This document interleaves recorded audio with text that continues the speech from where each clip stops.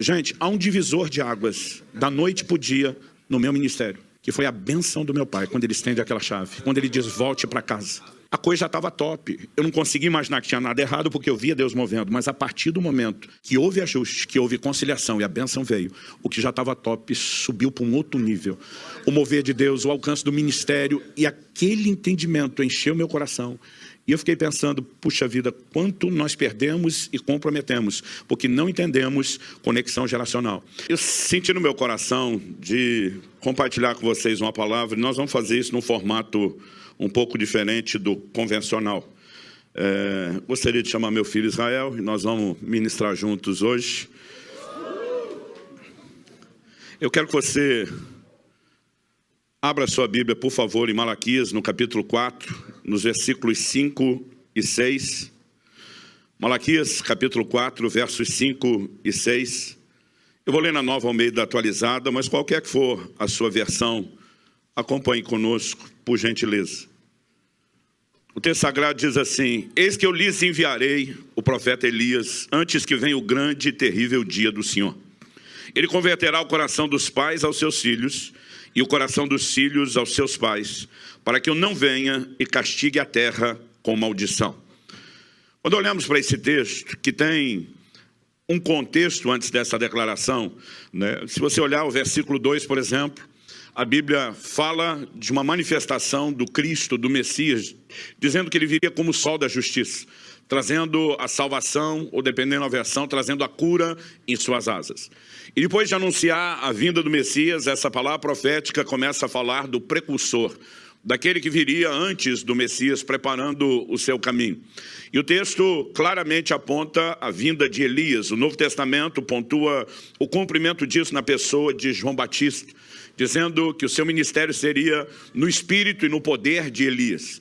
E esse texto nos mostra que o papel dele era não apenas converter o coração das pessoas ao Senhor, ele tinha uma mensagem de arrependimento, mas era também converter o coração dos filhos aos pais e dos pais aos filhos.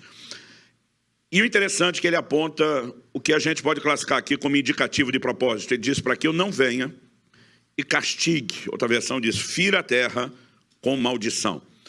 Quando olhamos para aquilo que antecederia a primeira vinda de Cristo, nós percebemos que isso é um paralelo que tem a ver, ou tudo a ver, com aquilo que antecederá a segunda vinda de Cristo. Boa parte dessas profecias do Antigo Testamento que falavam do Messias, elas são o que na teologia às vezes nós chamamos de profecia de pico. Pastor, o que é profecia de pico? Quando você olha uma cadeia de montanhas de longe, o pico de uma montanha parece estar bem perto do pico da outra montanha. Mas à medida que você aproxima, você vê que há uma distância enorme entre eles.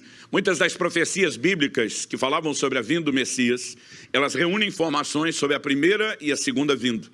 Mas quando chega o Novo Testamento e a maneira como tudo é revelado, você descobre que uma parte dessas profecias se cumpriram na primeira vinda e outra parte se cumprirão na segunda vinda. Esse paralelo está em toda a apresentação profética da vinda do Messias no Antigo Testamento, e temos muitas informações no Novo Testamento que pontuam isso, de maneira, né, que a gente simplesmente consegue olhar para um texto como esse e reconhecer que ele é parte daquelas profecias que terão o que nós chamamos de um cumprimento replicado. Por exemplo, nos dias do profeta Joel, ele se levanta, traz uma palavra profética, mas ele começa a falar não só de coisas que aconteceriam na sua geração. Num determinado momento, em Joel 2:28, ele diz, e acontecerá depois, que derramarei do meu espírito sobre toda a carne. Ele começa a dizer, vossos filhos e vossas filhas profetizarão. Quando ele diz acontecerá depois, ele diz, essa parte da profecia não é agora.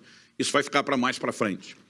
Quando isso se cumpriu, Pedro se levanta no dia de Pentecostes e diz em Atos 2:16, isso é o que foi dito pelo profeta Joel. E muito tempo depois nós vemos o cumprimento dessa profecia.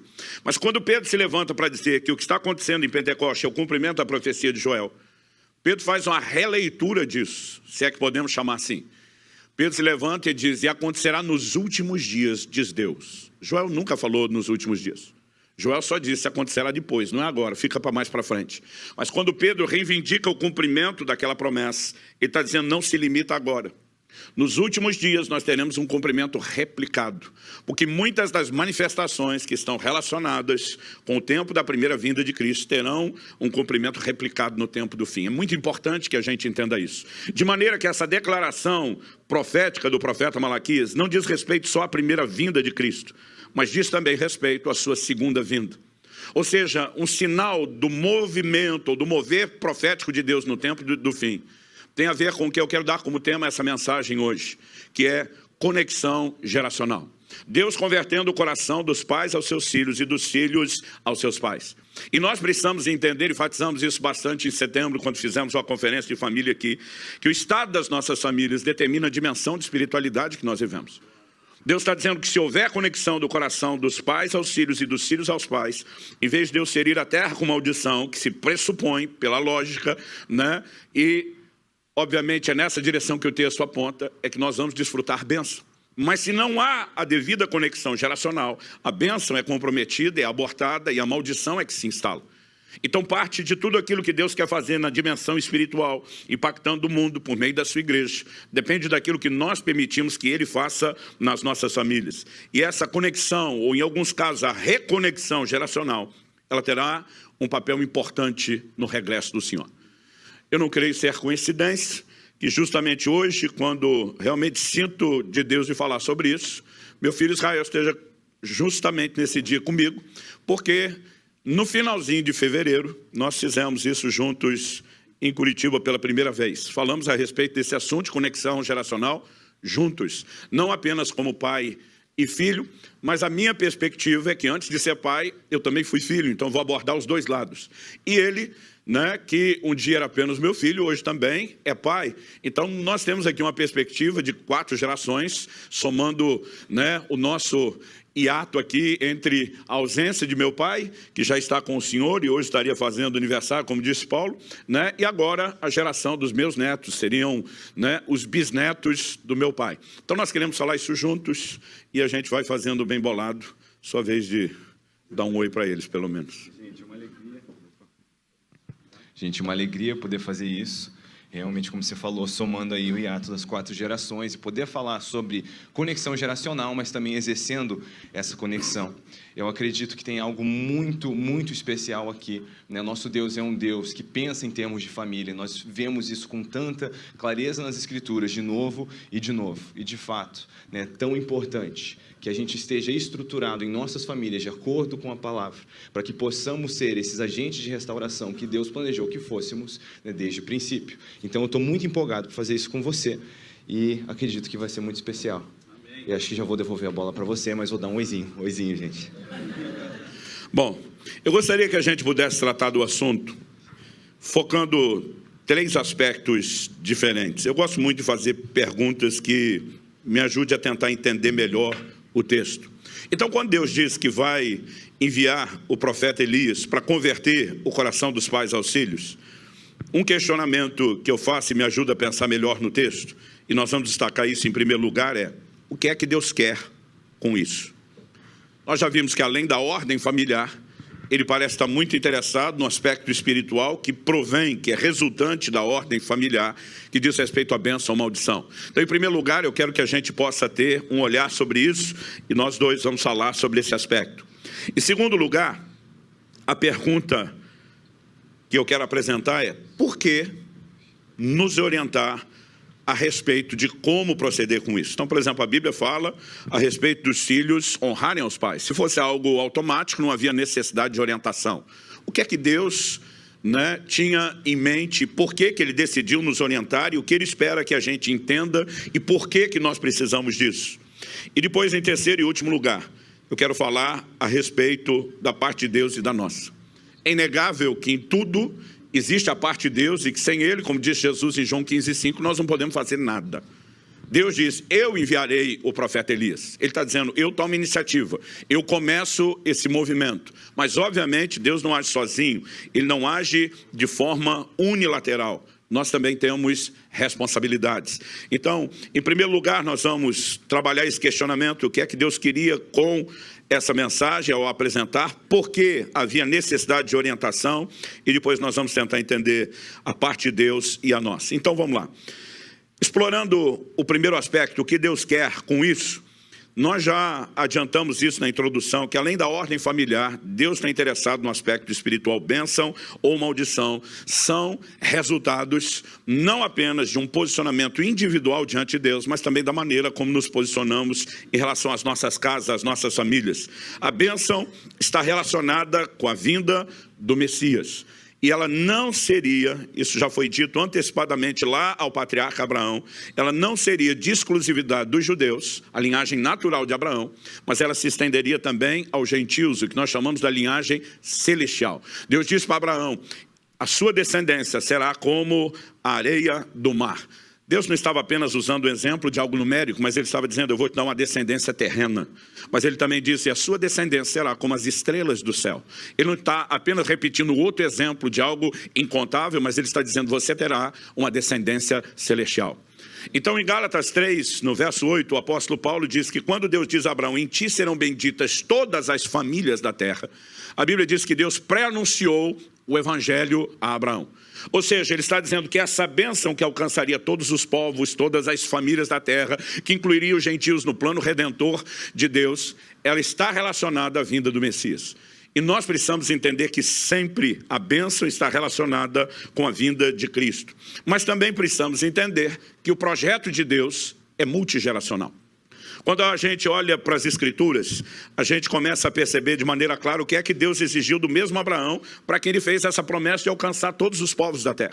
Em Gênesis 18, 19, nós lemos o Senhor dizendo assim sobre Abraão, porque eu escolhi para quê? Para que o indicativo de propósito?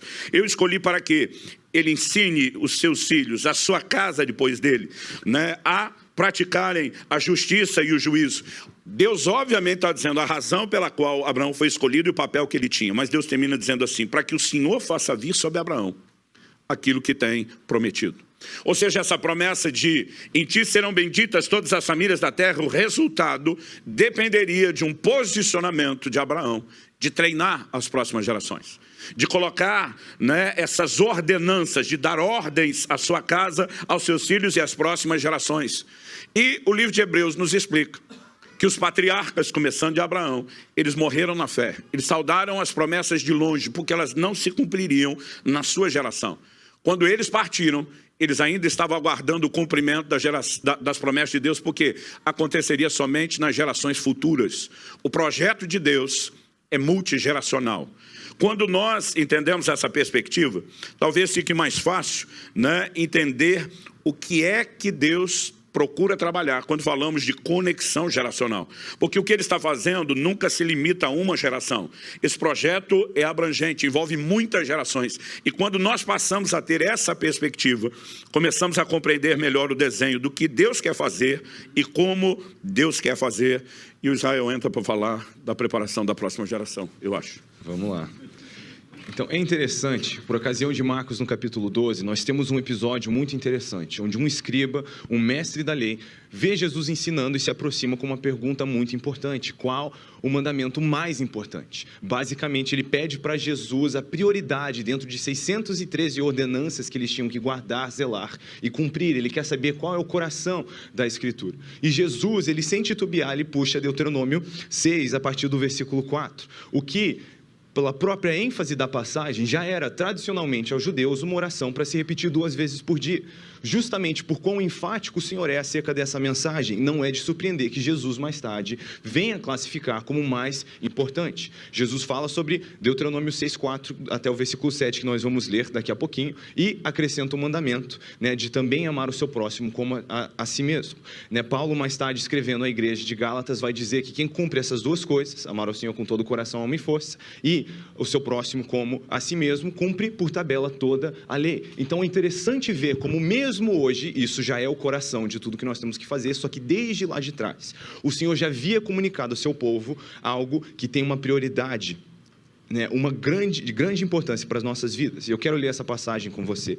Escute, Israel, O Senhor nosso Deus é o único Senhor, portanto ame o Senhor seu Deus de todo o seu coração, de toda a sua alma e com toda a sua força. Essas palavras que hoje lhe ordeno estarão no seu coração. Você as inculcará a seus filhos e delas falará quando estiver sentado em sua casa, andando pelo caminho, ao deitar-se e ao levantar-se. Preste atenção, juntamente com esse mandamento, que é classificado como o mais importante, existe um mandamento conjunto a esse que nós tratamos como prioridade, que é o mandamento de ensinar e transmitir isso aos nossos filhos constantemente. A palavra fala de inculcar, quer dizer, colocar dentro da cabeça deles, fazer que mesmo na linguagem deles, quando ainda crianças, ainda pequenos, eles possam estar pensando e meditando acerca dessas coisas. E não somente temos a missão de transmitir isso, mas de transmitir isso continuamente, constantemente, com continuidade, porque a Bíblia fala de falar acerca disso quando nos levantamos e quando tornamos a dormir, quer dizer, tem que fazer parte do nosso dia, do começo e do fim do nosso dia.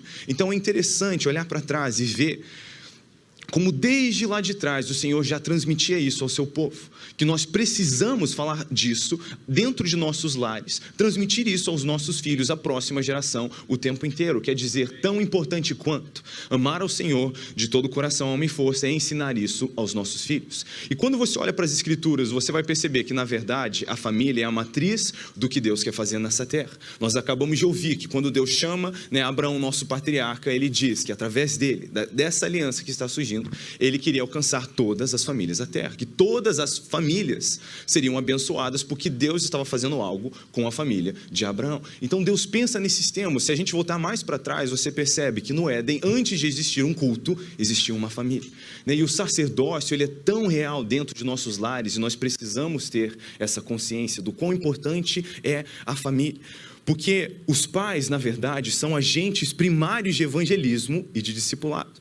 Nós sabemos que o evangelismo, transmitir as boas novas, é uma grande comissão de Jesus, com toda a autoridade nos céus e na terra, e nós precisamos falar disso para os outros. E se você foi alcançado por alguém que não é seu pai, e se você espalha essas boas novas para alguém que não é seu filho, glória a Deus, isso também é uma ordenança do Senhor. Agora, o coração e o ideal, nós podemos dizer que talvez o ideal seria você ser alcançado, na verdade, pela mensagem das boas novas, pelos seus próprios pais.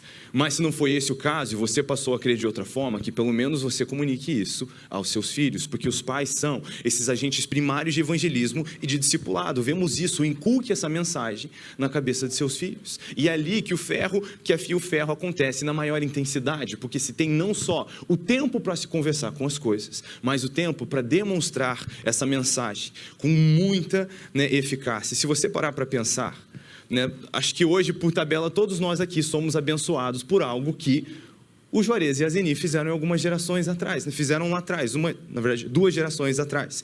Porque o que eles fizeram com os seus filhos, se você parar para pensar, de transmitir essas mensagens, essas boas novas, o evangelismo e o discipulado, foi para mais uma geração. E hoje, eu, e agora também os meus filhos, também estamos crendo e seguindo ao Senhor, na verdade, porque o que o Juarez e a Zeni um dia fizeram com seus filhos.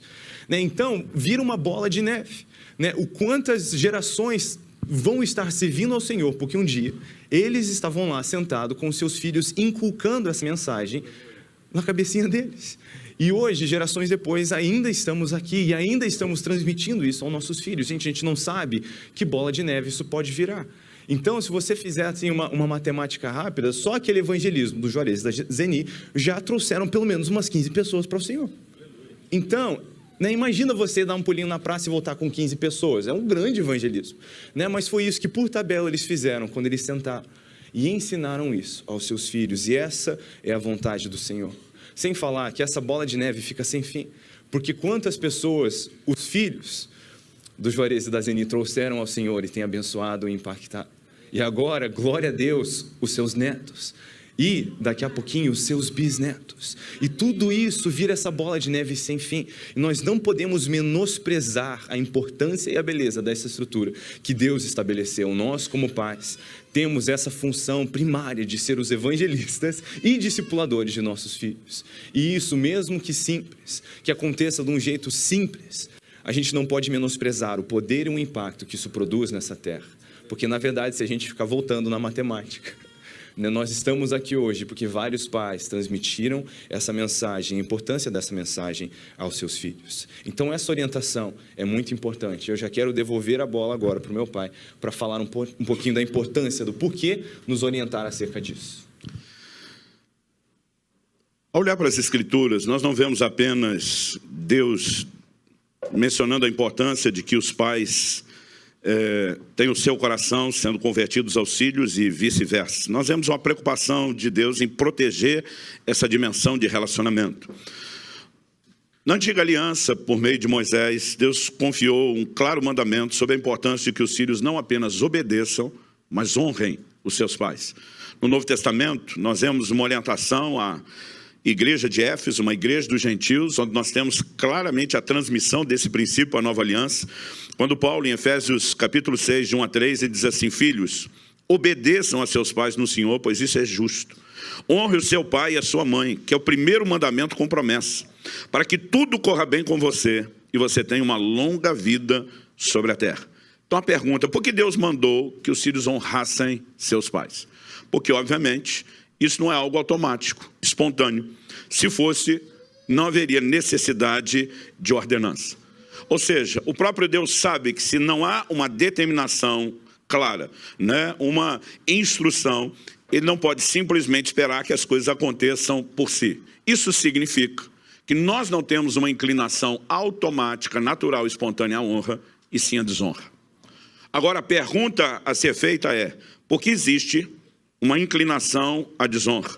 Eu, particularmente, acredito que uma das muitas, se não das principais respostas, tem a ver com aquilo que a gente pode chamar de desencontros geracionais. Um dia alguém me perguntou: pastor Luciano, por que o senhor acha que existe uma crise tão grande quando os filhos entram na adolescência? Eu lembro do dia em que eu respondi a essa pessoa dizendo: olha, eu não estudei profundamente as áreas do comportamento humano, como psicologia, antropologia, sociologia, mas a gente lida com gente há muito tempo e está vendo muita água passar debaixo da ponte. Eu falei: a minha humilde opinião é que isso tem a ver com um momento específico, onde uma chave muda na cabeça dos filhos. Quando nós somos crianças, pequeninos, a sensação que a gente tem é que os pais têm superpoderes. Eu, durante muito tempo, achava que meu pai tinha superpoderes, que ninguém era forte como ele, que ninguém era inteligente como ele e coisas do gênero. Meus filhos, durante muito tempo, acreditaram que eu tinha superpoderes. Aliás, eu tinha uma mania de fazer uma brincadeira com eles que nunca imaginei o quão a sério eles levavam aquilo. Então, quando parava o carro no semáforo, eu dizia para eles: olha a autoridade do papai. Eu vou contar até 3. E quando eu contar até 3, a luz vermelha vai apagar, a verde vai acender para a gente poder passar. Então, às vezes, a contagem era regressiva, às vezes avançava, era 1, 2, 3, às vezes era 3, 2, 1. Quando eu falava verde, acendia a luz, eles, uau! E assim, eu virei escravo daquilo. Porque às vezes eu parava no semáforo, disse: pai, não vai fazer, nós vamos ficar aqui para sempre. Tipo assim, nunca vai abrir. E aquilo virou uma coisa que foi repetindo muito mais do que eu imaginava. Não imaginava que a brincadeira durasse tanto. E eu lembro de um dia que eu parei, cabeça longe, distante, preocupado com algumas coisas que tinha que resolver. E meus filhos: pai, e o que foi? Não vai falar, nós não vamos sair daqui. E eles me avisaram, eu já estava...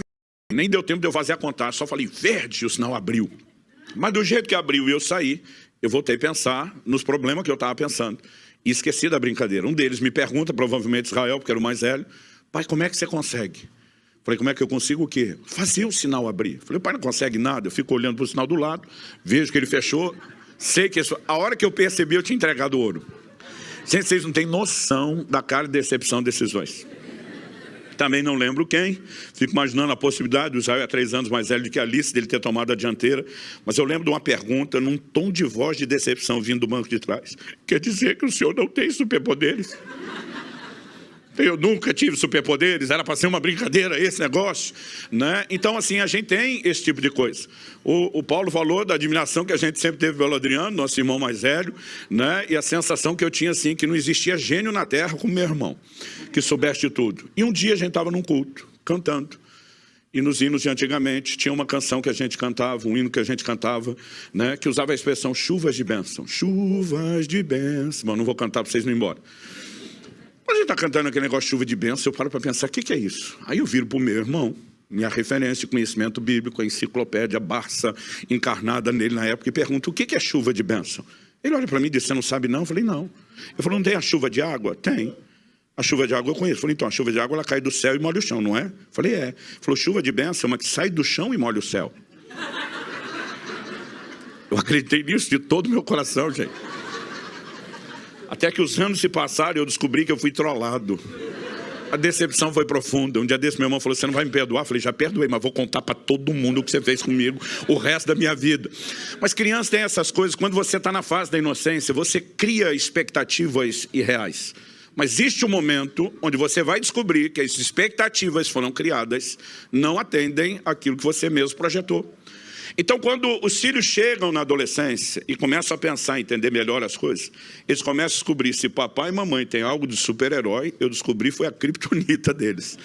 Porque você começa a perceber as limitações, né, as falhas, as imperfeições que antes não eram percebidas. Acrescente-se a isso a diferença de maturidade. Os mais velhos já aprenderam não só com o volume de bagagem, de conhecimento e de experiência, mas, né, com a própria maturidade, a funcionar de uma maneira bem mais racional, enquanto os mais novos têm aquelas explosões que são bem mais emocionais, né? E só esse choque, essa colisão na maneira de lidar, eu acredito que isso também já aumente a química desse potencial explosivo. Acrescente-se a isso a diferença de noção de tempo. Gente, um ano para uma criança é proporcionalmente maior do que um ano para um adulto. Quando você olha o calendário, a duração cronológica é a mesma. Mas uma criança que tem lá 5 anos de idade, um ano é 1/5 da vida dela. Um adulto como eu, com 50, mesmo ano, é 50avos. Quer dizer, a referência é cada vez menor. Então, hoje, quando eu penso, vai levar um ano, é uma fração pequena da minha vida. Mas quando era garoto, um ano era muito tempo. Então nós temos muitas coisas que se somam e elas se combinam.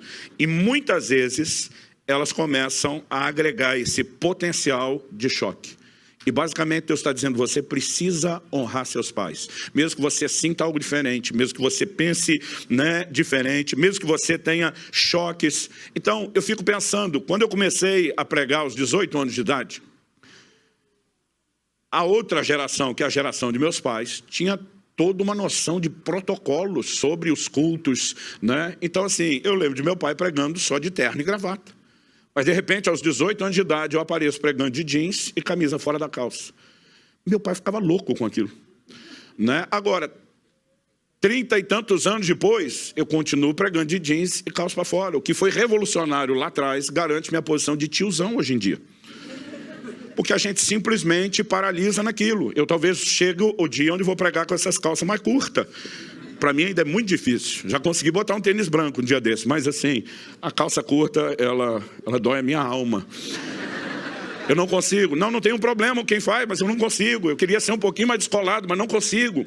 Então, quando você percebe as próprias referências, os padrões, cada um está olhando a vida e o comportamento por prismas que são completamente diferentes. E o potencial de que isso se transforme em algo problemático é gigantesco.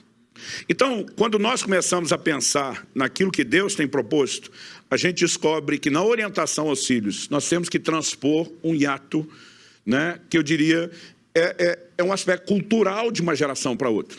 Então, quando meu pai contava que quando criança não tinha TV e que a primeira televisão que apareceu era branca e preta, a gente ria e quase chorava de dó dele. Mas quando eu conto para os meus filhos como era o disquete do computador que a gente usava, o tamanho que tinha e quase nada de informação que reservava, é lógico que eles vão rir da gente. Quando o Israel começou o relacionamento com a Priscila, um dia a Kelly resolveu mostrar para os nossos filhos nossas cartas, né? Porque namoramos à distância, e naquela época não existia o WhatsApp, nada disso, e a gente namorava por carta.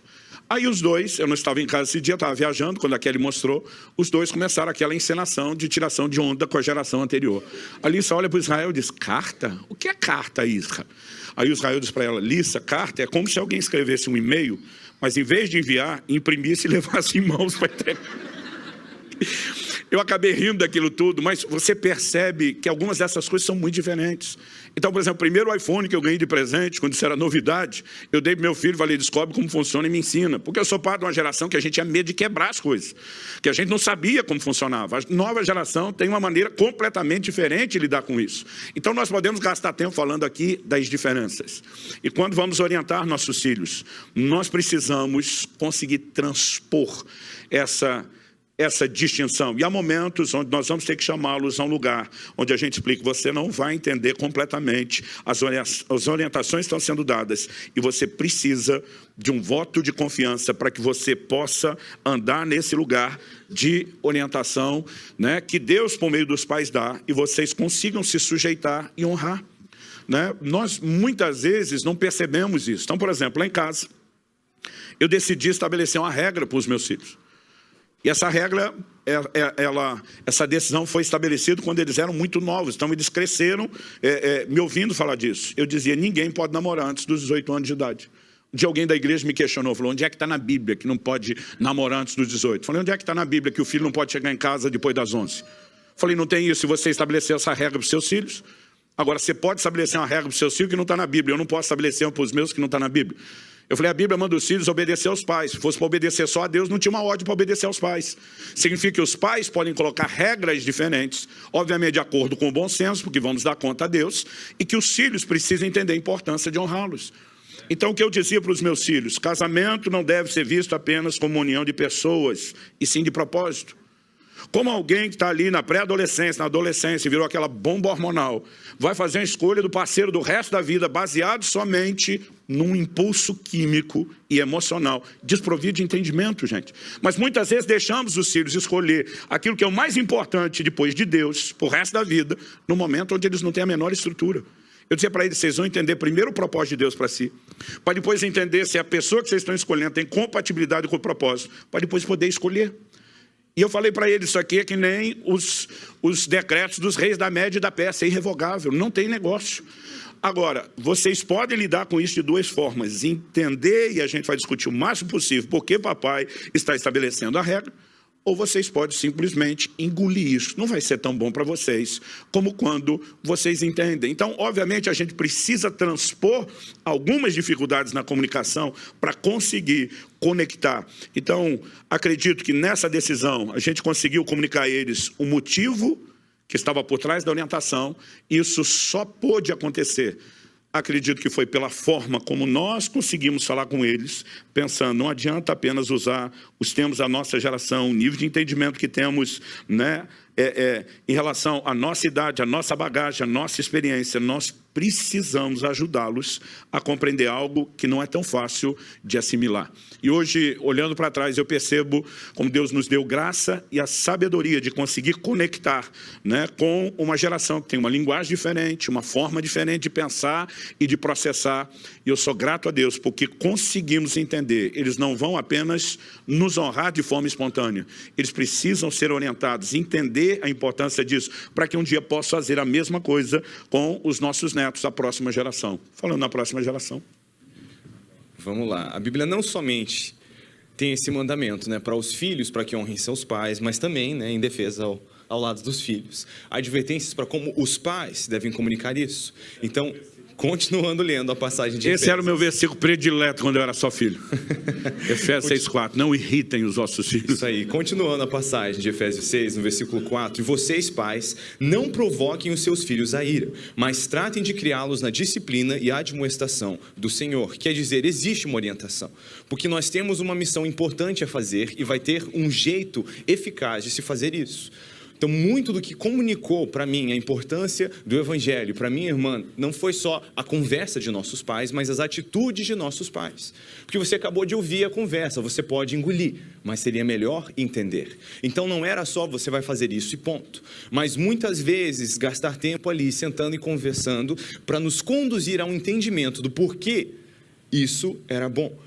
Então, uma experiência que foi muito marcante para mim, eu tinha, assim, recém-entrado na adolescência, e eu me recordo com clareza de uma semana que a gente estava tendo uma conferência na igreja. Então, todo dia, eu e minha irmã saímos da escola e a gente ia direto para a igreja. Então, a gente foi para a igreja A gente esteve na igreja no final de semana, durante ali a semana a gente já estava indo, né, para a igreja, a gente esteve lá na quarta, esteve na quinta, e esse dia era uma sexta-feira, e a gente tinha acabado de chegar em casa da escola, ia ter mais uma reunião na igreja, só que já ia emendar sábado e domingo também.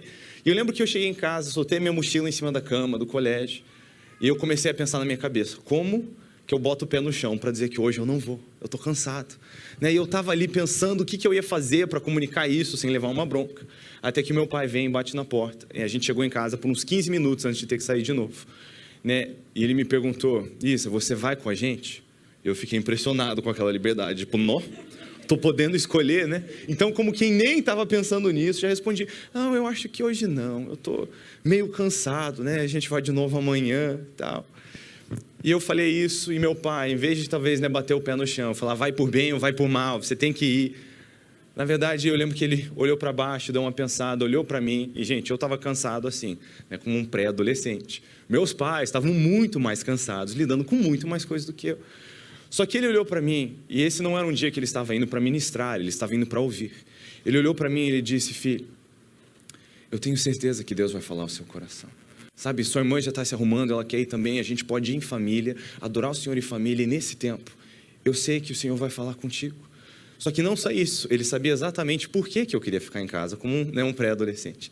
Ele disse, filho, hoje é sexta, né? Amanhã é sábado, você pode acordar a hora que você quiser, quer dizer, quando você voltar da igreja, você pode ficar jogando videogame até tarde. E amanhã você vai ter o dia mais livre. Eu sei que você está cansado, já foi para a igreja várias vezes e tem um pouco mais, só que eu tenho certeza que Deus quer falar ao seu coração. E, gente, eu via nos olhos dele a fome e o desejo de estar lá para sentar e receber da palavra de Deus. Então, o que eu fazia com isso? Sabe, diante daquela fome, aquele desejo dele mesmo ouvir e receber do Senhor, gente, eu me senti completamente intimado aí também. Sabe, foi legal, não foi, né, ele não olhou para mim e falou, seu incircunciso, está querendo jogar videogame em vez de ir para a casa do Senhor, não. Ele reconheceu o que era a cabeça de um pré-adolescente, o que era importante para mim naquele momento, só que ele conseguiu me conduzir a algo mais importante, pela atitude dele. Eu podia ter ido para a igreja irritado nesse dia, mas não, eu fui faminto, pela palavra e o exemplo do meu pai. Então nós como pais precisamos cuidar para não só fazer a coisa certa, mas também para fazer isso do jeito certo. Porque por mais que a nossa função, né, seja regir o lar, instruir os nossos filhos e ensiná-los, né, mesmo que a nossa função seja fazer isso e não necessariamente ser legal, nós precisamos entender algo muito importante, que ser legal ajuda. Quando possível, ser legal ajuda. A gente pode fazer as coisas com um jeitinho, com uma sabedoria, para não irritar os nossos filhos. Sabe, a gente está numa fase com os nossos filhos, eu e a Priscila, nossa filha tem 2 anos e 7 meses. Então tem muitas coisas que não é muito fácil comunicar para ela às vezes, mas ela está na fase das princesas. Então, várias vezes a gente pega carona com isso. Em vez de simplesmente ficar tentando ensinar para ela algo que não entra na cabeça dela e esperar que ela entenda, a gente pode, às vezes a gente vem e fala de um princípio bíblico e explica para ela como isso é uma atitude de princesa. Na hora que trouxe a atitude de princesa para a conversa, ela já muda o tom. E a gente vê como fica mais fácil, mas é simplesmente a gente buscar aquela sabedoria em trazer uma aplicação que não vai ficar gerando um conflito e uma irritação à toa. Porque muitas vezes pais, tentando fazer a coisa certa, acabam na verdade provocando o efeito contrário e perdendo o coração de seus filhos porque eles não fazem isso de um jeito certo. Então a Bíblia nos instrui a não irritar, não provocar os nossos filhos a ir. Mas, qual que é o contraste? Mas tratem de criá-los na disciplina e na admoestação do Senhor. Então, quando a irritação aos filhos se torna, na verdade, um obstáculo de criar os nossos filhos na disciplina, na admoestação do Senhor, não é só falta de sabedoria, na verdade é desobediência, porque a Bíblia apresenta esse contraste. Não provoque eles a ira, mas conduzam eles ao entendimento, à disciplina e à admoestação do Senhor. Então, nós precisamos entender que temos não somente uma missão importante a cumprir, mas um jeito onde é importante cumprir isso. Para mim, o que foi mais importante, eu vejo na minha criação, não foi só as conversas que eu tive com meu pai e com a minha mãe, mas ver o exemplo que eles deram em casa. Então, muitas vezes eu ouvi a frase, filho, você não pode fazer isso, porque a Bíblia diz isso. Só que eu também vi várias vezes o meu pai chegar para mim e falar, filho, eu quero te pedir perdão, porque eu fiz isso, mas a Bíblia diz que eu devia ter feito isso. E, obviamente, isso requer muita humildade de um pai para vir e pedir perdão para o filho e mostrar na Bíblia como a atitude dele estava errada. Só que o que isso gerou no meu coração?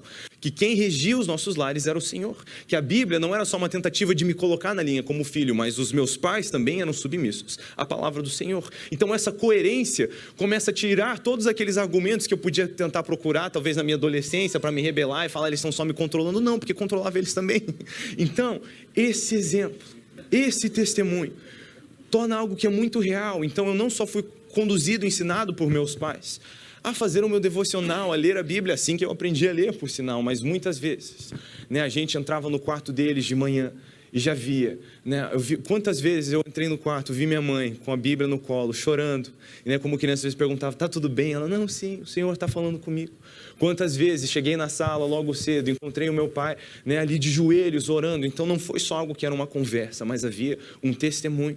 Então quando eles nos falavam acerca da importância dessas coisas, não era só uma cobrança, sabe, era um exemplo, um testemunho, e nós precisamos cuidar disso. É tão importante que a gente não irrite os nossos filhos, mas conduza eles ao entendimento. Sabe, às vezes a gente precisa ter paciência com nossos filhos, de ir por todos aqueles 19 porquês que ele pergunta, né? Eles estão às vezes querendo entender, e se a gente tem a paciência de fazer isso, a gente pode conduzir eles ao entendimento. E isso é muito importante. Sabe, esse testemunho, além da palavra, muitas vezes o meu pai, eu ia pedir um conselho para ele. Ele, como pai, podia me dizer, filho, você tem que fazer isso, né? Mas ele ia me apresentando as opções, ele me apresentava um panorama bíblico, ele me apresentava um exemplo de quem escolheu bem e foi abençoado, um exemplo de quem escolheu mal e não foi, e ele me perguntava, filho, o que você acha que você deve fazer? Ele já sabia o que eu devia fazer, mas nesses momentos, me perguntando, ele não só, né, me forçava a andar no caminho certo, mas ele me mostrava o caminho que eu devia andar. E eu, né, achando que estava com toda a liberdade de escolher. Pai, eu acho que eu devo fazer isso. Muito bem, eu acho que você deve fazer isso também. Eu acredito que se precisasse, ele ia forçar a barra. Falar, filho, você tem que fazer isso. Mas esses momentos me fizeram entender. Porque foi uma condução ao caminho. Então a gente precisa cuidar disso. E eu sinto que tinha mais uma coisa que eu queria falar. Antes de devolver para você. Eu estou esquecendo? Qual que era da escola? Do curso? Não, essa não era essa. Essa aí você fala. Eu tinha alguma coisa que... Bom. Eu falo essa se você lembrar. Eu falo, se eu lembrar eu volto. Mas vamos lá, devolvendo para você então. Nós precisamos entender que esse equilíbrio entre filhos obedeçam e honrem os pais e pais não irritem os filhos. Como que essas coisas se relacionam? Alguns pais acreditam em irritar os filhos e deixar eles fazerem o que querem, né? Isso tem trazido muito dano. Eu me lembro do início da nossa igreja em Curitiba, então estou falando de pelo menos 17 anos atrás, porque a gente agora já vai completar 18 anos. Eu lembro de uma ocasião, a igreja pequena, a gente ainda conhecia todo mundo, conseguia perceber quem veio no culto, quem não veio. E eu perguntei para um pai, cadê seu filho?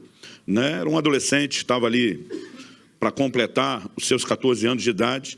Falei, já faz 3 domingos que eu não vejo ele. Aquele pai olha para mim e diz, não, é que ele não quer vir na igreja. Falei, o garoto não tem 14 anos e já fala o que quer? Aí ficou me olhando, falei, então se ele quiser fumar crack, tudo bem. Aí o pai se ofendeu, fumar crack não. Falei, fumar crack não, ir para o inferno, tudo bem. Eu falei, me ajuda a entender esse critério. Né? Quando a Bíblia fala que os filhos precisam se submeter, obedecer aos pais, inclusive dando honra, que indica não só a obediência, mas a obediência com a atitude correta, significa que eles não são autogovernáveis. E que se nós os deixarmos na posição de autogovernáveis, vai dar ruim.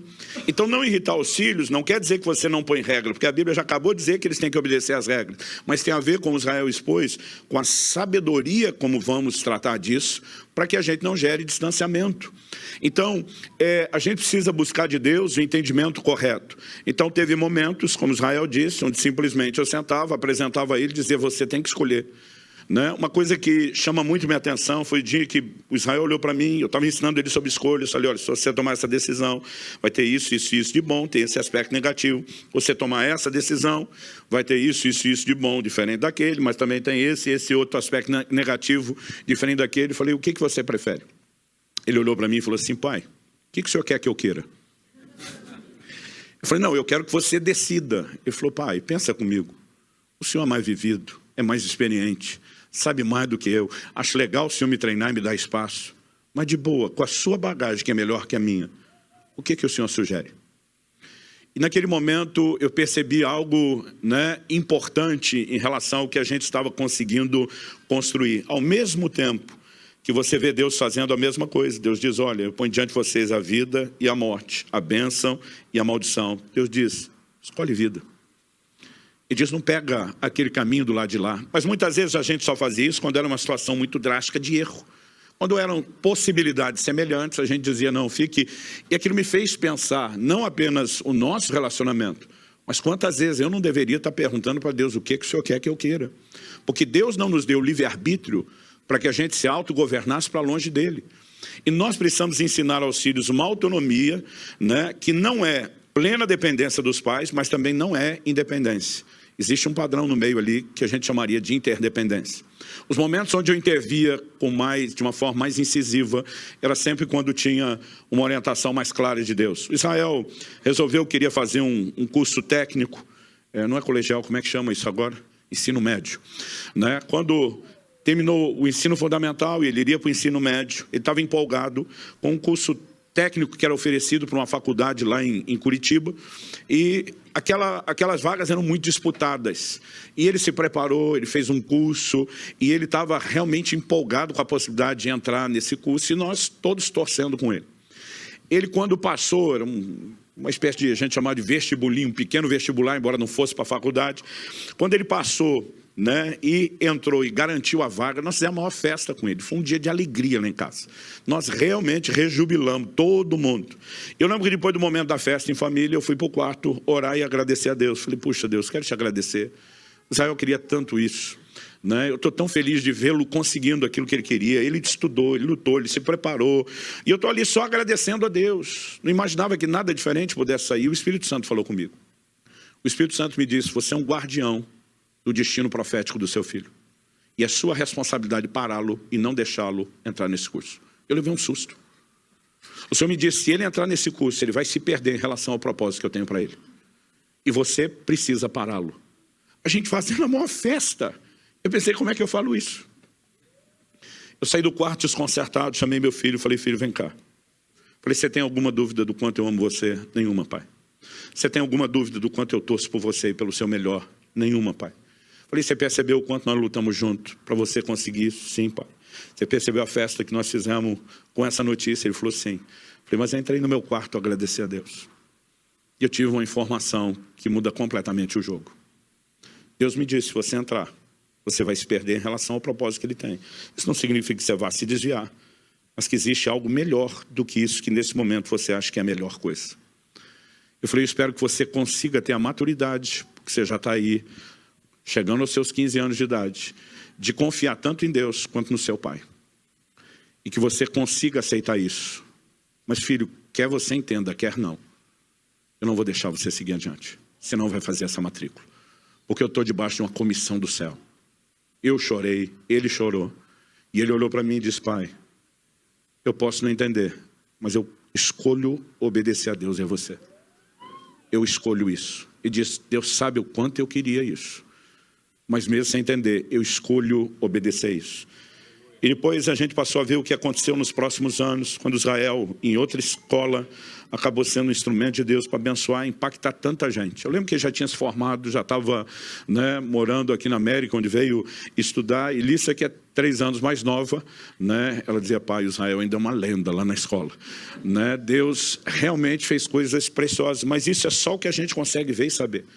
Provavelmente, a gente não consegue, né, pela falta de informações do que teria sido em outro lugar, entender, né, exatamente o que estava por trás. Então, momentos como esse, às vezes poderia haver uma conversa um pouquinho mais incisiva. Mas a ideia era sempre, vamos tentar construir isso juntos, por meio de um diálogo que gerasse mais entendimento. Terceiro e último lugar, a parte de Deus e a nossa. Quando Deus diz que enviará Elias, que converterá os corações dos pais aos filhos. Isso significa que então Deus faz tudo sozinho, é Ele que manda o Elias converte, está tudo certo, vai acontecer? Não. Isso fala de Deus oferecendo recursos da parte dEle e não nos deixando sozinhos nessa história. Mas nós não podemos deduzir, sob perspectiva nenhuma, que Deus haja de forma unilateral nos excluindo.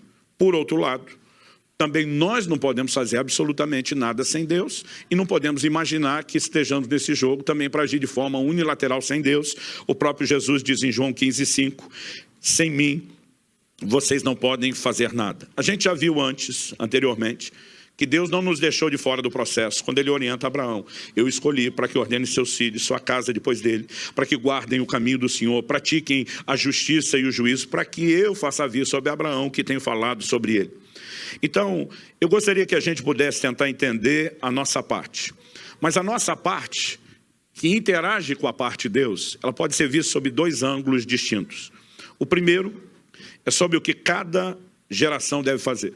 Então, quando falamos da nossa parte, a parte humana, tem a parte dos pais e tem a parte dos filhos. Porque são duas gerações distintas que Deus está tentando conectar. O segundo aspecto é sobre quando agir. Porque quando eu falo sobre quando agir, existe aquela ação que é preventiva. A gente se antecipa a um problema e o evita. Mas muitas vezes, porque não tomamos a medida preventiva, o que nós precisamos depois é da medida remediativa. Há um ditado popular bem conhecido que diz: é melhor prevenir do que remediar. Mas muitas vezes, quando não prevenimos, é melhor remediar do que deixar a maionese desandar. Então, há algumas coisas que nós precisamos compreender sobre como lidar com isso. Aos 15 anos de idade, fui cheio do Espírito Santo e comecei a buscar Deus e estudar a palavra e querer me preparar para o ministério que eu sentia que Deus estava me chamando. Naquela época, nenhuma escola bíblica, instituto bíblico, escola de ministério, seminário, aceitava nenhum aluno com menos de 18 anos. E eu pensei, não posso me matricular antes, mas não vou esperar sentado. E comecei a atacar a biblioteca do meu pai, estudar sozinho tudo que eu podia. E de alguma forma, eu fui construindo tudo aquilo que eu imaginava do chamado de Deus sozinho. Eu nunca conversei com meu pai a respeito disso. Aliás, existiam algumas áreas onde a gente não tinha muito diálogo, porque meu pai não tinha referência. Eu mencionei aqui em fevereiro, no seminário de família, que meu pai cresceu numa família completamente desestruturada.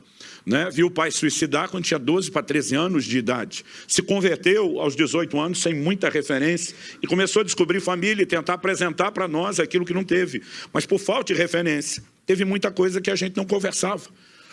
E eu lembro que simplesmente, quando cheguei aos 18 anos de idade, eu comecei a tomar decisões envolvendo meu ministério, sem sequer trocar ideia com meu pai, sem sequer consultá-lo, porque a gente nunca teve o hábito de construir absolutamente nada junto. Então, nem eu entendi a importância, e pelo jeito, ele não havia se dedicado à prática, provavelmente por falta de referência. Mas eu lembro que, à medida que Deus começou a me orientar sobre o modelo do ministério, quando finalmente eu fiz os 18 anos de idade, estava doido para estudar teologia, um dia eu estou orando, o Espírito Santo me diz: eu não quero que você entre num curso teológico. Ele disse: quando eu te levantar como um ensinador para as nações, eu quero que todo mundo veja a minha graça em você e que você não se orgulhe de nenhum canudo. Pensei, pelo menos vou fazer algum tipo de faculdade, você não vai fazer coisa nenhuma. E aquilo me doeu muito, mas doeu também no coração de meu pai, porque uma das poucas coisas que ele pediu para a gente, além de ser crente, é que a gente oferecesse a ele uma formação em nível universitário. E, de repente, eu estou diante de um dilema. Meu irmão mais velho já cursando a faculdade, o Paulo já tinha os planos dele, e eu simplesmente escolho não fazer. Até aí, meu pai, tudo bem, porque escolher o ministério é algo que ele já vivia. Mas quando eu decidi não ir nem para o seminário teológico, meu pai começou a pensar consigo mesmo: tem algo de muito errado com meu filho. E não apenas isso, eu fui para o ministério itinerante de cara. Não era algo comum naquela época, principalmente no contexto do círculo que nós estávamos. E meu pai começou a olhar minhas escolhas e decisões e ficar preocupado. Eu tinha entrado num emprego num banco, que era um curso preparatório, entrei aos 16 anos, 16 aos 18, você estudava cada área do banco para que depois pudesse ter uma carreira mais rápida, promissora. Quando eu fiz 18, fui efetivado. Antes de completar os 19, que a coisa estava assim, boa, apareceu um programa de demissão voluntária. E eu fui lá e pedi, porque eu queria pregar a palavra de Deus. E meu pai olha para mim e disse: você está louco? Eu falei: eu estou louco. Eu estou louco por Jesus, eu não fui chamado para isso, eu vou fazer outra coisa. Eu lembro que eu peguei toda a minha indenização, investi tudo em livro, não só o material que eu queria estudar, alguns queria revender. E eu passei, porque todo mundo tinha que ajudar em casa. Havendo necessidade ou não, era parte da educação, do ensino de responsabilidade. Eu passei a ajudar mais em casa do que fazia antes, mas administrava muito bem meu tempo.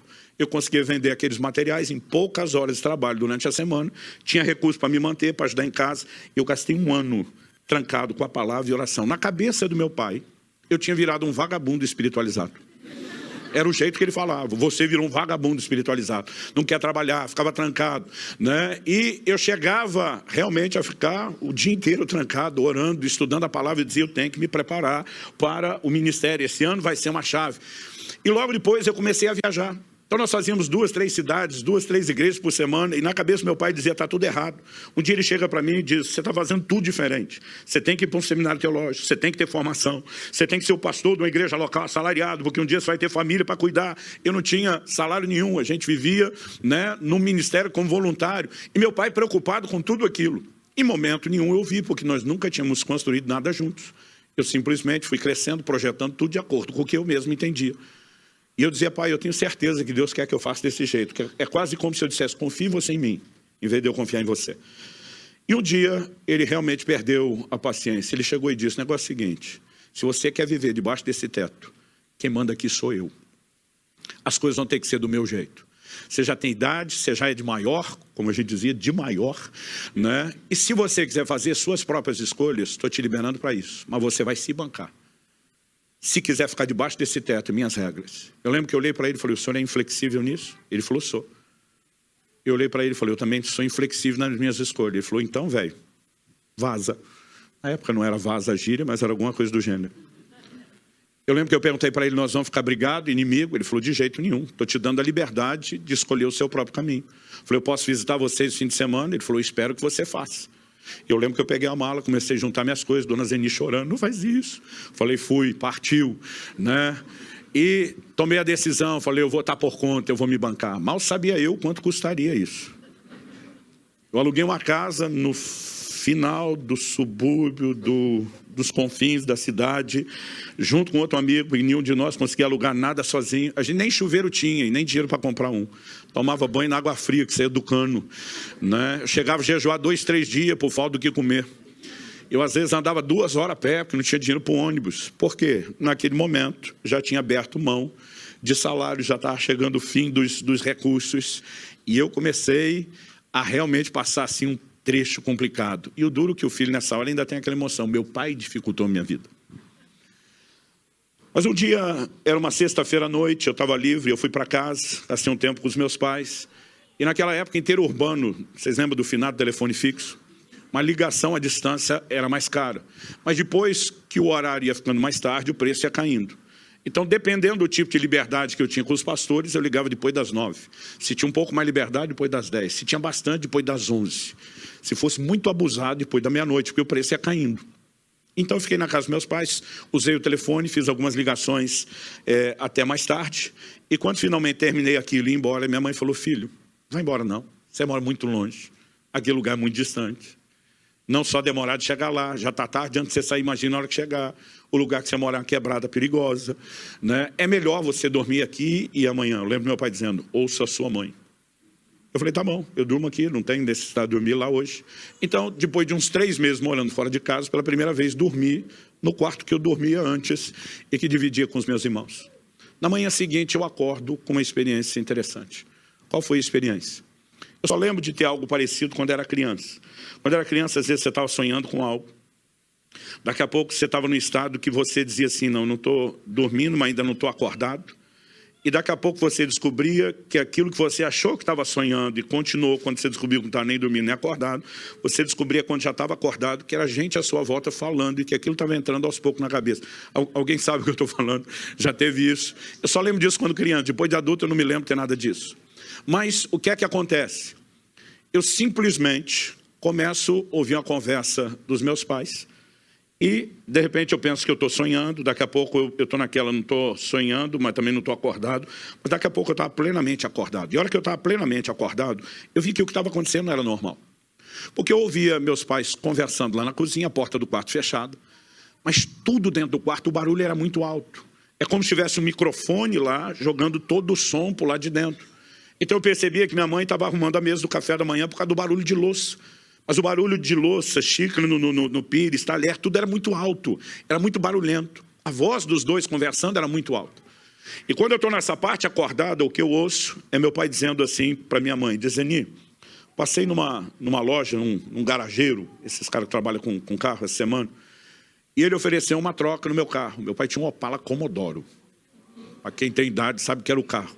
Ele falou, e ele ofereceu uma troca no meu carro, ele ofereceu trocar de mano, sem ninguém voltar dinheiro para ninguém, outros 2 carros.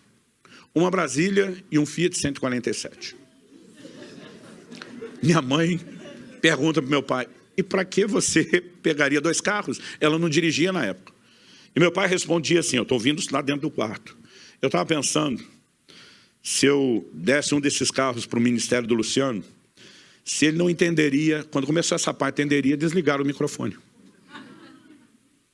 E eu simplesmente estou me perguntando o que foi isso que aconteceu. Eu abro a porta, levanto, eu estou ouvindo baixinho de longe, todo o mesmo barulho de louça.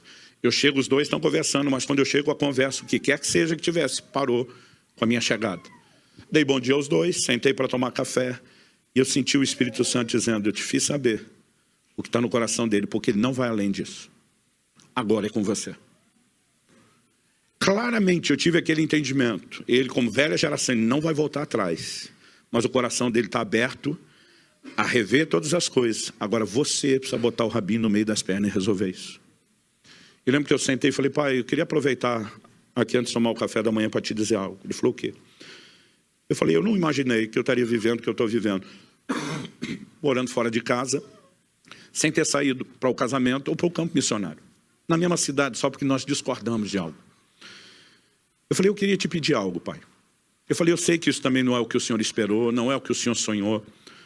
Meu pai sempre foi muito bíblico e essas conversas de citar a Bíblia funcionava bem com ele. Eu falei, o senhor lembra de quando Daniel pede que Arioque, o capitão da guarda do rei, coloque ele à prova com o tipo de comida que o Arioque não está provando, porque aquilo não era convencional, era fora do padrão. Mas ele disse, põe a gente à prova durante um tempo. Se você vê que funciona, continua. Se não funcionar, nós fazemos do seu jeito. Meu pai disse, leia muito bem. Eu falei, eu queria te propor isso. Eu queria pedir que o senhor me desse até o fim do ano, não é um ano inteiro, só até o final desse ano que já está andando. Se o senhor não conseguir reconhecer que a maneira como eu estou funcionando no ministério é uma direção de Deus, com resultados de Deus, eu faço exatamente do jeito que o senhor quer, eu vou para o seminário, porque eu não tenho nenhum motivo para desonrá-lo. Eu falei, nesse momento eu tenho uma convicção que Deus quer que eu faça isso. E eu não quero negligenciar essa convicção que eu tenho em Deus, mas eu também não quero que o senhor ache que a minha escolha é te desonrar. Será que o senhor poderia me dar um tempo de teste, de avaliação? Orar, inclusive comigo, para que Deus mostre o que é que ele tem. Eu falei, porque se eu reconhecer, ou se o senhor não reconhecer que esse é o caminho, eu simplesmente decido fazer do seu jeito e ponto final. Ele falou, isso é razoável para mim. Eu falei, se é razoável para o senhor, ele falou, pode voltar para casa. E dentro de mim eu estava ali num yes. Eu tomei o café da manhã, que não tinha comida em casa. Reforcei o café. Me vinguei de toda a fome passada aquele dia. Liguei para um amigo, falei, o que morava comigo, falei, velho, tu tá por conta com o aluguel. Te vira e eu preciso que você me ajude a fazer a mudança. Enquanto eu me desloquei até lá, juntei o que tinha para trazer de volta. Quando eu chego, o que é que eu encontro na garagem? Não tem mais um Opala Commodore. Tinha um Fiat 147, tinha uma Brasília, do jeitinho que eu tinha ouvido. E quando eu olhei aquilo, eu entendi na hora, o que eu ouvi não foi apenas uma encenação. Ou eles realmente tiveram a conversa, ou Deus me fez entender o que é que estava no coração dele. E quando eu cheguei e vi os 2 carros, eu falei, Deus está nisso. Eu lembro quando eu entrei, meu pai estendeu a chave da Brasília e falou, isso é para te ajudar no seu ministério. Meus 2 irmãos reclamaram, nós nunca ganhamos carro. Meu pai protestou de volta dizendo assim, nunca dei carro para filho nenhum, investi no ministério de um deles. Mas por que eu quero contar isso? Gente, há um divisor de águas, da noite para o dia, no meu ministério. Que foi a bênção do meu pai, quando ele estende aquela chave. Quando ele diz, volte para casa. A coisa já estava top. Eu não conseguia imaginar que tinha nada errado, porque eu via Deus movendo. Mas a partir do momento que houve ajuste, que houve conciliação e a bênção veio, o que já estava top subiu para um outro nível. O mover de Deus, o alcance do ministério e aquele entendimento encheu meu coração. E eu fiquei pensando, puxa vida, quanto nós perdemos e comprometemos, porque não entendemos conexão geracional. Então, tem a parte do que cada um deve fazer.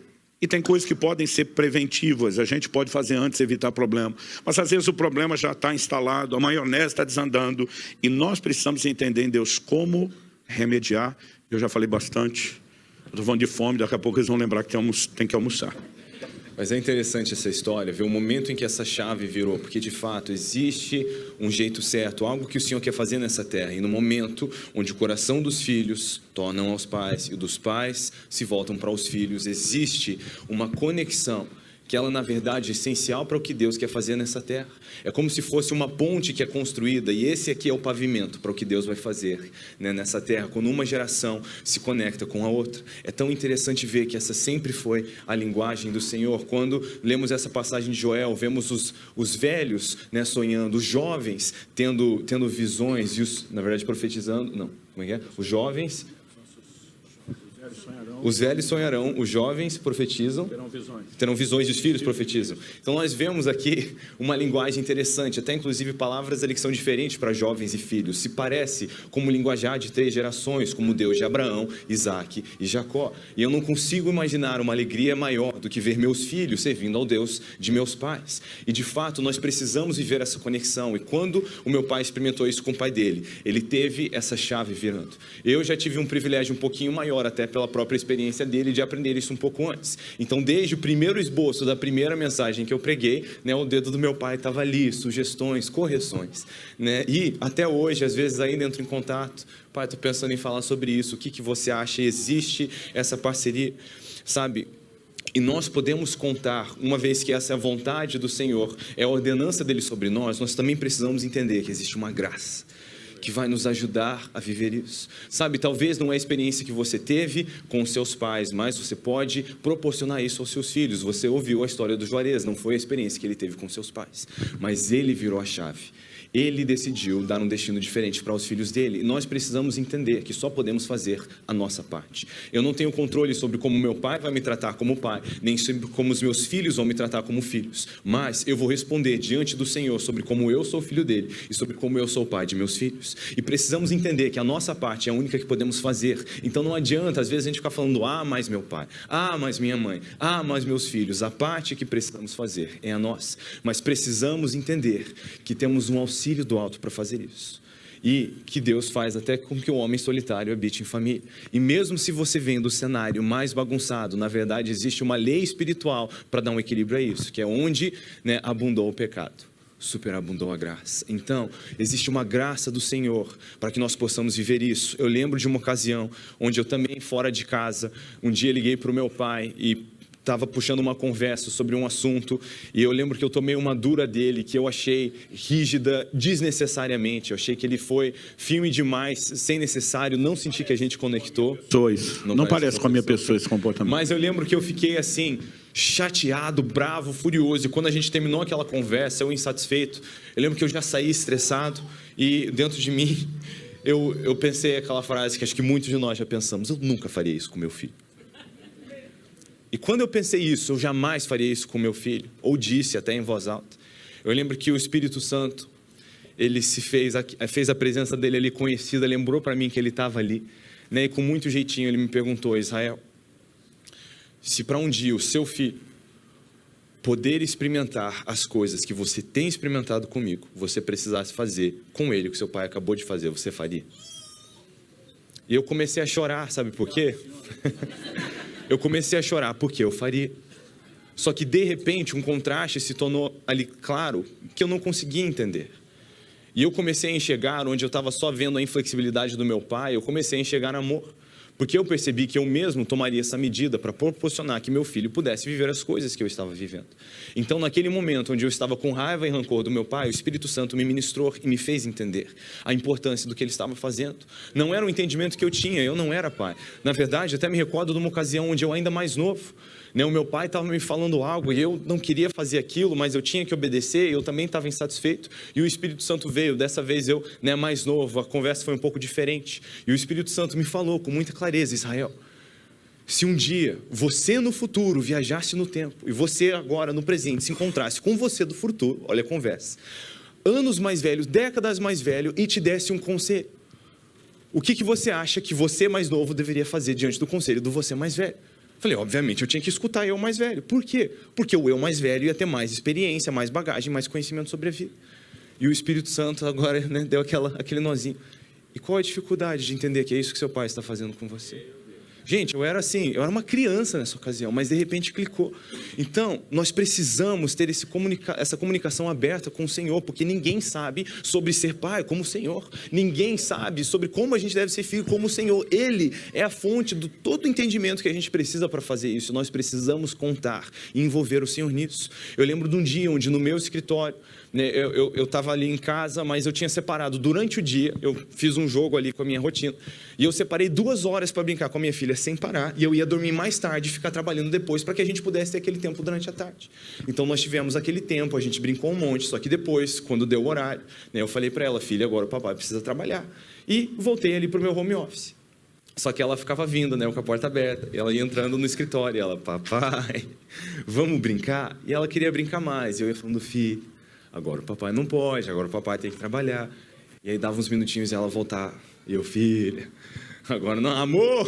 Né? E eu ia explicando, e eu fui perdendo a paciência. E quando ela estava ali insistindo, uma hora eu fui falar um pouquinho mais firme com ela. E quando eu me levantei da cadeira, o Espírito Santo me disse, essa meia hora vai custar muito menos para você do que vai significar para ela. Eu falei, bom, realmente, eu já vou ficar acordado até mais tarde, porque não, mais um pouquinho.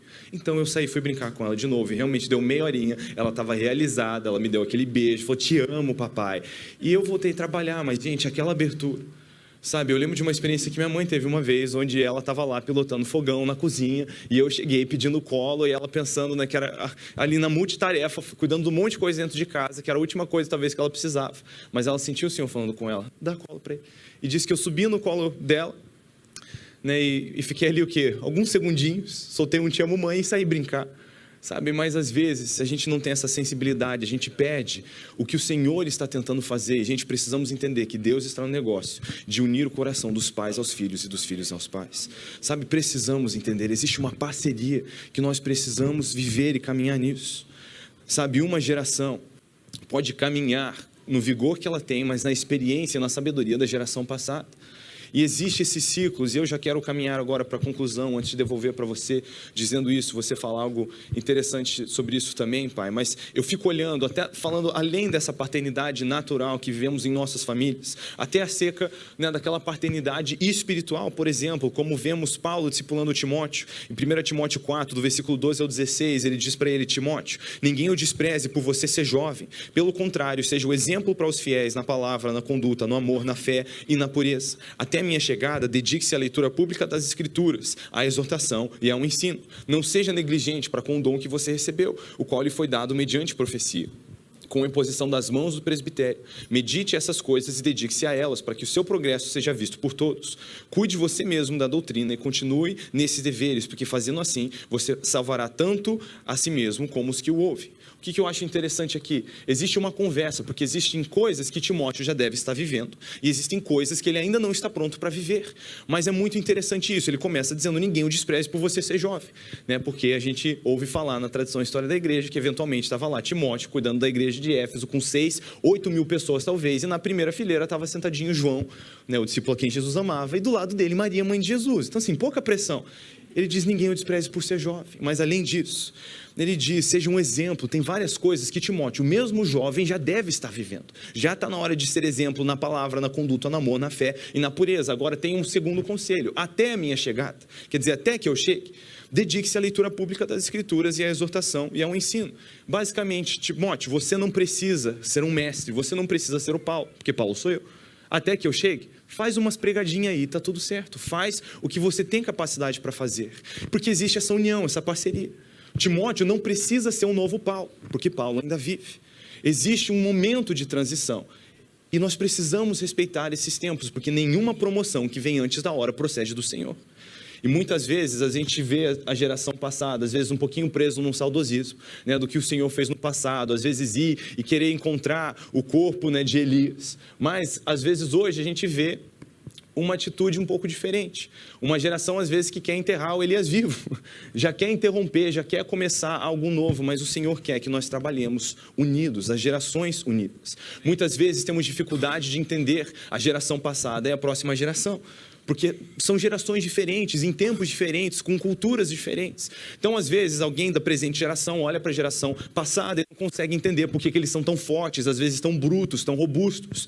Mas o que eles precisaram fazer, eles precisavam de força.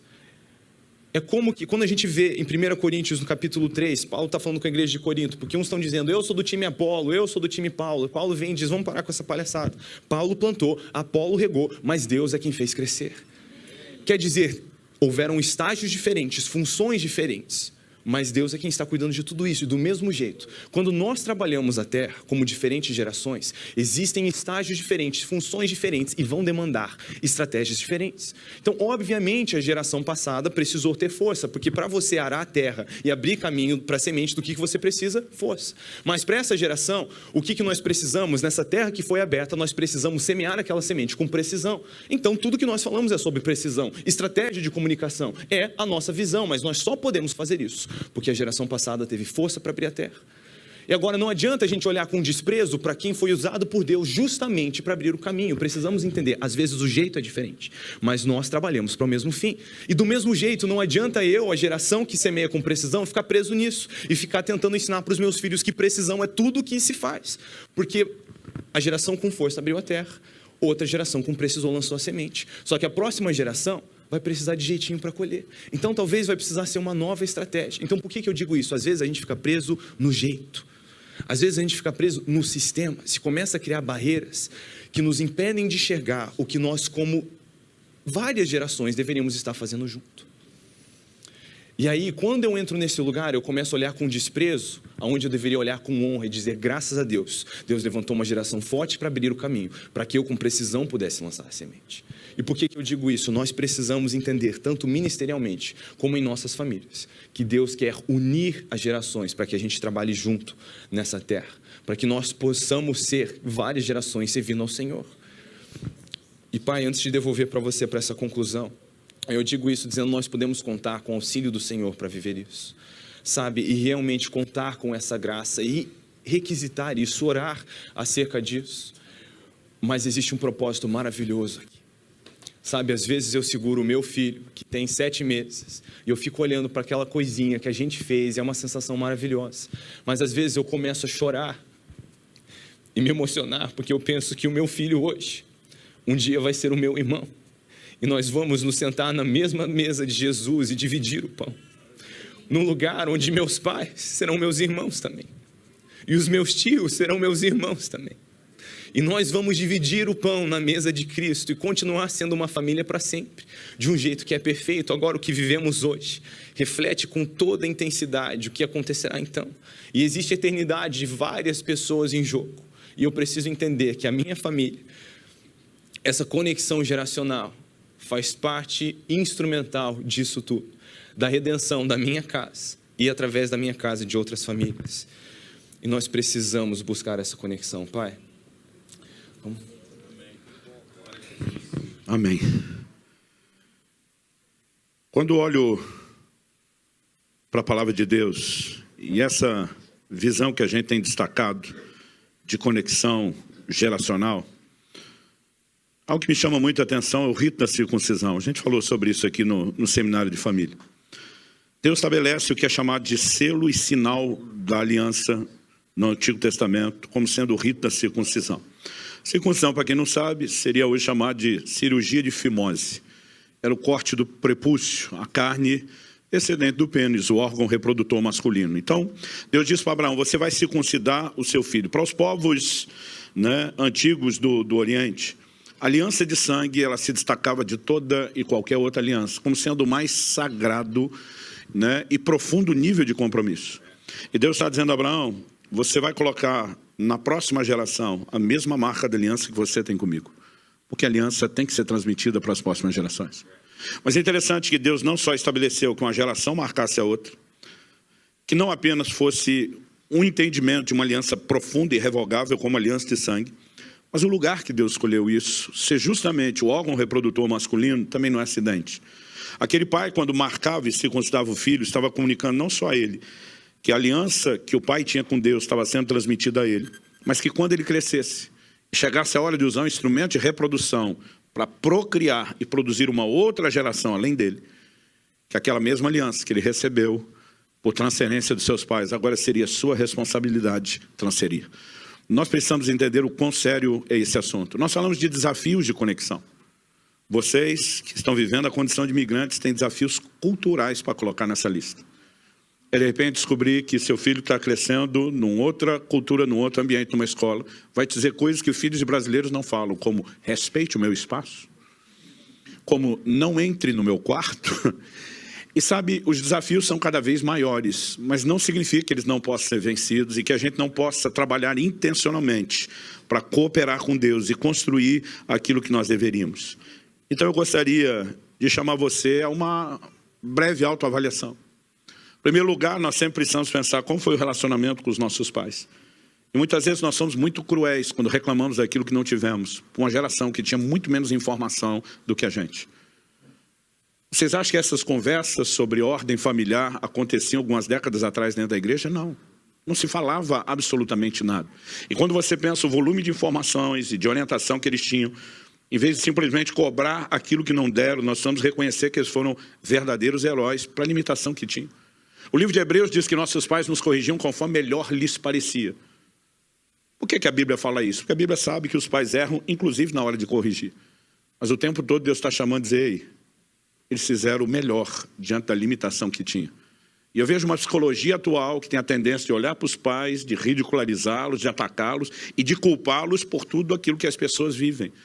A verdade é que a maior parte das pessoas não percebe que elas apenas criam justificativo para suas escolhas erradas. E é mais fácil culpar alguém do que simplesmente chamar a responsabilidade para a sua própria escolha. Eu creio que Deus quer que a gente crie alguma espécie de conserto, mesmo com uma geração que não está mais presente. Dando honra ao que fizeram, expressando reconhecimento, gratidão e oferecendo perdão a tudo aquilo que é raro, muitas vezes não necessariamente de forma intencional. Mas o mais importante é a gente avaliar o que é que eu posso mudar daqui para frente. Então, assim, há um tempo atrás, eu e Israel gravamos um vídeo junto, uma série de vídeos no canal dele, falando sobre legado. E o Israel é parte de uma geração diferente da minha, que interage. Então já tinha comentários, ele, pai, vamos responder, vamos isso, vamos aquilo. Eu falei, filho, não estou acostumado com esse negócio, não. Eu sou parte da geração que a gente produz conteúdo, joga e diz, quer, pega, não quer, a gente fica dando satisfação de nada, retorno. Ele falou, não, pai, é importante. Me deu uma aula ali sobre aquilo. Eu falei, então vamos escolher algumas perguntas e comentários para falar. Aí eu vi um comentário de um rapaz, falei, esse é meu. Eu falei, pai, pega leve. Eu falei, eu pego, mas esse é meu. Ele dizia assim, para vocês é muito fácil falar sobre isso. Vocês dois tiveram tudo em Deus desde que nasceram. Eu não tive nada disso. Era o comentário dele. Porque assim, se existe uma coisa que me incomoda é a forma como as pessoas se vitimizam. Então, com muito jeitinho, com muito carinho, eu falei, não colocamos o nome de ninguém. Para você colocou isso, e é o discurso de muitos. Eu quero que você saiba que, quando meu pai se converteu, ele também não teve nada disso. Ninguém na linhagem, na ascendência dele, os pais da minha mãe já serviam a Deus, nós temos uma geração antes, mas dos meus pais não. A gente tem conhecimento de ninguém na linhagem, na ascendência antes que tenha servido a Deus. Mas quando ele se converteu, ele tomou uma decisão, não importa se antes de mim ninguém teve, ninguém fez, ninguém viveu. A decisão dele foi, a partir de mim muda, a partir de mim uma nova história vai ser escrita. Então talvez você não teve o que eu tive, o que meu filho teve, que meu neto está tendo, mas todos nós só podemos ter isso porque alguém antes escolheu. E talvez você tenha que ser aquela pessoa que diz, a partir de mim muda. Eu serei o ponto de virada. Eu posso não ter o legado espiritual, mas eu vou comunicar, eu vou garantir que haja continuidade. Alguém disse com muita propriedade, nós estamos sempre a uma geração da extinção do Evangelho. Se cada um de nós não cumprir o seu papel em relação à próxima, existe uma desconexão, não apenas entre pais e filhos, mas entre os filhos e o Senhor. E os resultados serão trágicos, como a Bíblia adverte. Então a gente não quer apenas tentar trazer um conselho que ajude sua casa a funcionar melhor e com mais harmonia. É prazeroso quando existe conexão, mas muito mais do que isso, é garantir que o plano de Deus se cumpra. Então, depois de avaliar os relacionamentos dos dois lados, com a geração anterior, com a próxima, eu gostaria que você pudesse fazer duas perguntas. A primeira delas, o que dá para prevenir? A segunda delas, o que tem que ser remediado? Que algumas coisas já não foram prevenidas e a gente precisa se concentrar nelas. Clique e veja mais vídeos como esse.